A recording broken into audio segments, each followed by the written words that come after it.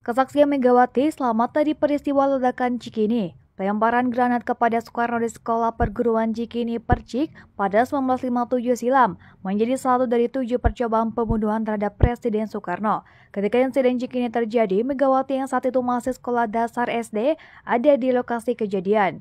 Soekarno sebagai orang tua murid dari Megawati dan Guntur Soekarno Putra sedang menghadiri acara amal dalam rangka ulang tahun ke-15 Sekolah Rakyat Perguruan Cikini.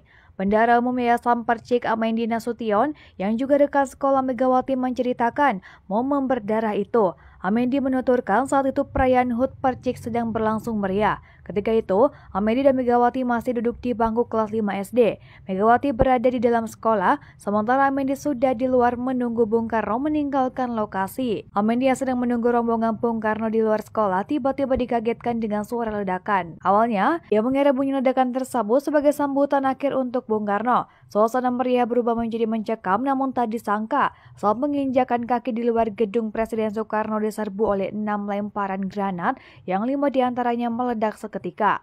Akibatnya 10 orang meninggal dunia dan 48 lainnya luka-luka. Salah satu korban jiwa adalah pengawal presiden dan banyak anak-anak yang mengalami luka parah. Soekarno sendiri selamat dari tragedi tersebut. Salah satu yang selamat dari peristiwa itu adalah Megawati Soekarno Putri yang saat itu berada di dalam sekolah. Pada saat itu Megawati menjaga pameran, sementara Guntur menjaga wahana permainan. Saat itu ada acara ulang tahun sekolah. Saya sedang bermain dengan teman-teman saya di ruang kelas. Tiba-tiba saya dengar suara ledakan. Saya pikir itu petasan. Saya tidak tahu kalau itu granat, kata Megawati. Megawati kemudian melihat ayahnya keluar dari gedung sekolah dengan wajah pucat dan baju berlumuran darah. Ia mengira ayahnya terluka parah, tetapi ternyata darah itu berasal dari korban lain yang terkena ledakan granat.